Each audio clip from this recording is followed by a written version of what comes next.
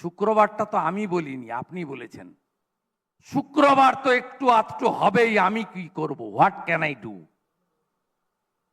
আমি শুক্রবার বলিনি, আপনি বলেছেন। আপনি কোন আরব কান্ট্রিতে, যারা মুসলিম কান্ট্রিতে এই রকম মাইকের আওয়াজ পাবেন? আপনি বলুন তো, 56টা মুসলিম কান্ট্রি রয়েছে, এরকম হিউজ মাইকের আওয়াজ, আনলিমিটেড। আমি বললাম মাইক বাজান, হিন্দু হন মুসলিম হন যেই হন, প্রিমিসেসের মধ্যে রাখুন সাউন্ড। কেন বাইরের লোককে আপনারা ডিস্টার্ব করছেন? কেন বাইরের লোককে করছেন? কোন মুসলিম কান্ট্রিতে হয় না। এই যে স্টাইল অফ ফাংশনিং অ্যাপিজমেন্ট, আপনি ভাবতে পারেন আগের মুখ্যমন্ত্রী 66 কোটি সনাতন গেছে স্নান করতে, শুধু বিজেপির লোকেরা নয়, গোটা পৃথিবীর হিন্দুরা এসে স্নান করেছে প্রয়াগরাজে।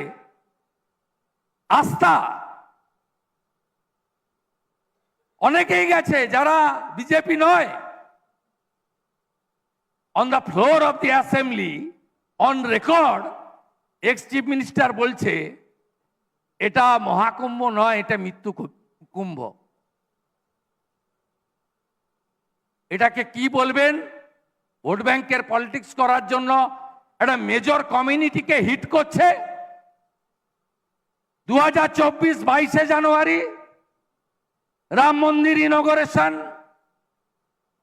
নবীন পট্টনায়ক টিভিতে দেখছে, উড়িষ্যার সিএম, বিজেপির লোক নয়। হিমাচলের কংগ্রেসের সিএম চলে এসেছে দর্শন করতে। বিজেপি বানায়নি, লং ব্যাটেল, 492 সালের বছরের লড়াই, ফাইনালি সুপ্রিম কোর্টের ভার্ডিক্ট। সরকারি টাকায় নয়, গোটা পৃথিবীর হিন্দুরা চাঁদা দিয়ে, নিধি দিয়ে বানিয়েছে। Only one chief minister, she started a rally procession from Hajra Mode towards Park Street. Ram Mandir Manina Manchina. This is the part of the appeasement. এগুলো হচ্ছে অ্যাপিজমেন্টের ছোট্ট ছোট্ট উদাহরণ। কিছুদিন আগে আমার একটা কথা নিয়ে খুব সমালোচনা করেছিলেন বিরোধীরা।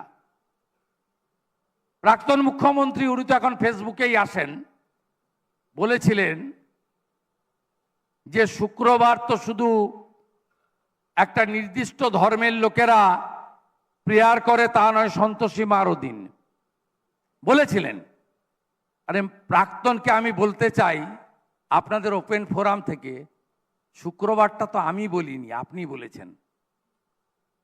যখন বেলডাঙ্গাতে পরপর 3 দিন এনএইচ আটকে রাখা হয়েছিল, রেল লাইন আটকে রাখা হয়েছিল, আপনারা জানেন যে বেলডাঙ্গা হচ্ছে একটা বড় জাংশন, নর্থ ইস্টার্নের গৌহাটি পর্যন্ত, এমনকি বাংলাদেশ কানেক্টিং রেল সবটা ওখান দিয়ে যায়, নর্থ ইস্টার্নের করিডোর,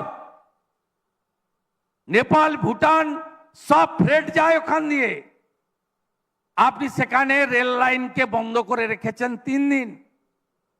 জি 24 ঘন্টার একজন ইয়াং আমাদের রিপোর্টার বোন, বহরমপুরের বাড়ি, তাকে পিটিয়েছেন।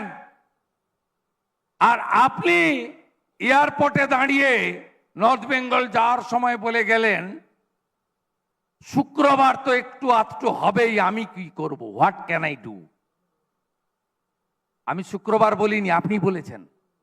আপনার কথাটাকে আমি ফিরিয়ে দিয়েছি। আমি সব সময় বলতাম চিরদিন কাহারও সমান নাহি যায়। পৃথিবীটা গোল, এমন কোনো কাজ করে যাবেন না যার রিটার্ন আপনাকেও পেতে হবে।